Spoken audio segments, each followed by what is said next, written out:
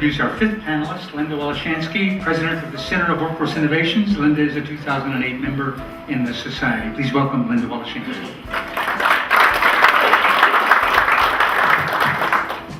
Thank you, John, and I certainly echo everyone else saying, who can say no to John? No one can. It's quite amazing. Quite a skill you have there. So good afternoon. So, I know it's April, but we're really in March Madness still, aren't we? Any of you still involved with your brackets? Anybody have UConn? No? No? Yeah, of course. So win or lose, it certainly is an honor for those players, their coach, and their school to be among the Final Four. Competition isn't foreign to us here in Northwest Indiana. It isn't foreign to Spiros, with the Convention Bureau or Don Babcock at NIPSCO. They're competing every day for visitors and for jobs.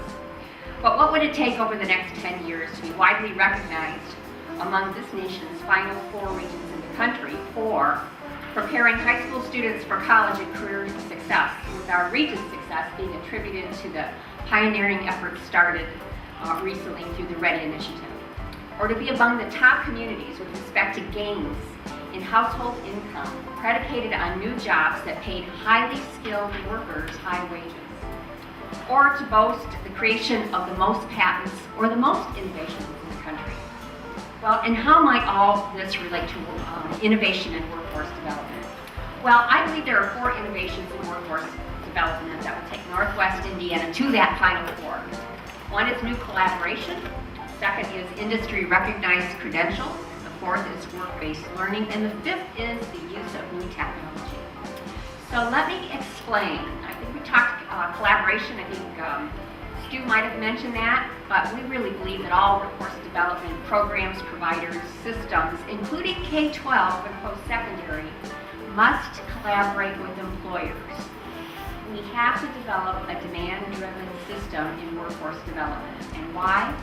Well, we've heard it today. In order to prepare students and job seekers for their place in the economy, educators need to know the employers who make up their economy and what their needs are. They have to know. Now, we talk about knowing, but we really don't know who they are and what they do. And this will be essential in order to drive the right programming, the right curriculum, everything that students need to learn, that folks in workforce development need to learn, have to be driven knowing what those outcomes are. Advances in the workplace are occurring at such a high speed, which we've all heard about, that building relationships so that those in the classroom, those in workforce development actually know what's happening and are able to translate that will be critical. One of my favorites is Tom Friedman. And, he talks about technology, Chen, and things that you do, but, he talks about GE and how in the past when GE was building a jet engine part, a designer would have to design the product, machine tools would have to be made to make the prototype, and then it would be, you have to manufacture the part and then you test it, and that took about 2 years. Today, engineers use 3-dimensional computer-aided design software to design the part on a computer screen, transmit it to a 3D printer, which builds or prints it to the exact specifications, and then it is tested the same day. You can have a product in a week. Medicine is also utilizing this 3D technology, and surgeons are kind of printing organs and parts of the body so that they can practice surgery before they actually perform it on a patient. So it is critical that educators and workforce professionals really know what these changes are so they can translate it into the classroom so students learn. Now, industry recognized credentials. Industry associations have long developed their own credentials, and these credentials really provide employers with a standard method of identifying qualified candidates. They know that they have the competencies that they need in order to perform the job.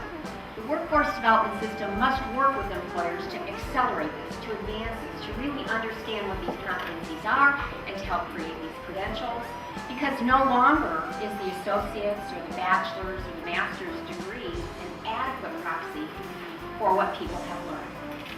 Credentials do it. And I think that if our post-secondary institutions, again, work with the employers and help design the credentials, then we can make them portable, we can make them stackable, and we can build them into degree programs so that people can take a look at what they're learning along the way, have their certifications and credentials, and exceed very well in the workplace and in their life. The third innovation, and many of these will sound like things that you know, and you do know them, but work-based learning. You know, Stu talks about career and technical education, vocational education. And you know, 60% of learners prefer to learn in an experiential setting.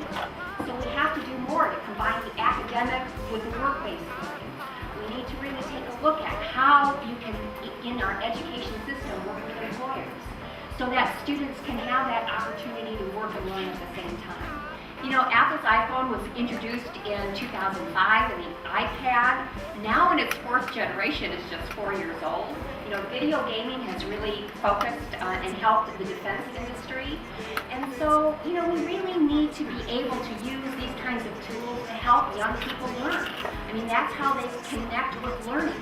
And so more that we can do to integrate that into the classroom, the faster, the further, the more engaged those students will be. And we'll be able to kind of create this innovative learning strategy that we need to accelerate learning. You know, online learning, which also has been around, still is gaining further traction and needs to move farther faster. You know, the momentum is there. If you have paid attention, you know, Harvard and MIT are providing open and free courseware online to advance learning. The online learning can open doors. It can open doors for people that are not close to programs, who are not close to universities, people who want to learn in the middle of the night or on the weekend when there's no formal classrooms in session. There are just different ways that students can access and will access learning if it is readily available and it's made user-friendly, and we really embrace it as a tool and a way to learn rather than as a sidebar.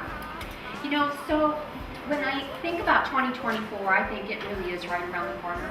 You know, the older I get, the faster time goes by, so I really begin to feel a sense of urgency about all of this.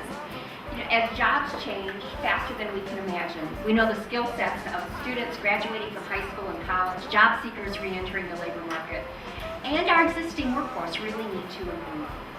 We have analyzed what is needed, and we did this a couple of years ago, and we looked at the fact that 60% of our workforce, or 362,000 people, must be credentialed or degreed by 2024 in order to just sustain the employers that we have here.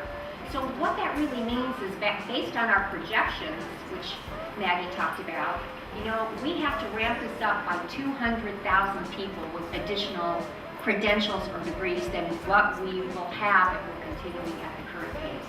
200,000, that's a lot, but it can be done. It can be done.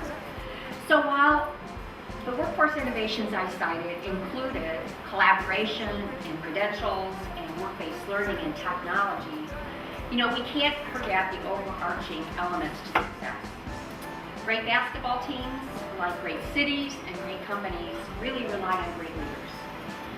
Even though the coach for the University of Connecticut is only in his second year, this year makes the 5th time in 15 years that UConn has made it to the Final Four.